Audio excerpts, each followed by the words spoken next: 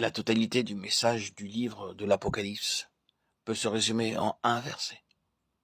Selon Apocalypse 21:7, Dieu dit « Je serai son Dieu, et il sera mon fils ». Toutes choses sont nouvelles dans la nouvelle création. Le grand et permanent dessein de notre Dieu bien-aimé, en nous sauvant, et que nous puissions hériter toutes choses dans la nouvelle création. Il est très difficile de comprendre sur cette terre ce qu'est réellement notre héritage. Mais nous l'acceptons comme la parole de Dieu, et y croyons sans aucun doute ni question. Au début du livre de l'Apocalypse, notre attention est attirée vers le trône. À cette époque, l'apôtre Jean était prisonnier dans l'île de Patmos. Patmos est une très petite île à environ 100 km d'Éphèse. Nous savons tous comment l'évangile fut introduit à Éphèse par Apollos tout d'abord, puis Paul vint dans ce lieu plus tard, ce fut Timothée, et pour finir l'apôtre Jean y travailla.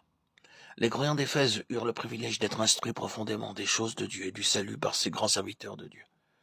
À cette époque s'éleva une grande persécution contre tous les croyants. Beaucoup furent dispersés, emprisonnés et même tués.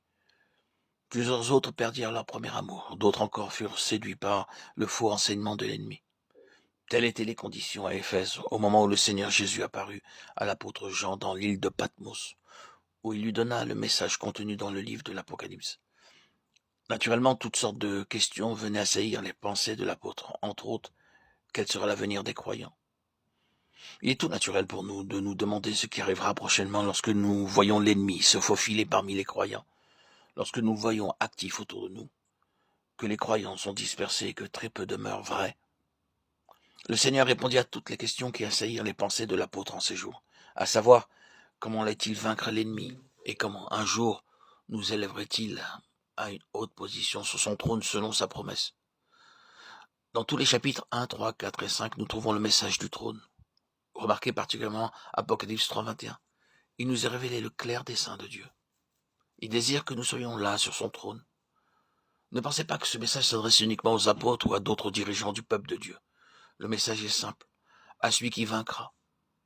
Il est destiné à quiconque croit, pourvu qu'il soit prêt à vivre une vie de triomphe. Avec l'aide de Dieu, le secours de sa grâce et de sa force, vous serez en mesure de réclamer votre part sur le trône du Seigneur Jésus-Christ. Le Seigneur déclare ceci. Celui qui vaincra, je le ferai asseoir avec moi sur mon trône, comme moi j'ai vaincu, et me suis assis avec mon Père sur son trône. Naturellement, nous nous demandons comment nous, faibles créatures humaines, nous pouvons parvenir sur le trône de Dieu. Mais par la foi, nous l'acceptons facilement, car Dieu est si miséricordieux et plein de grâce qu'il désire pardonner nos péchés. Et c'est pourquoi il a pourvu à notre pardon par Jésus-Christ.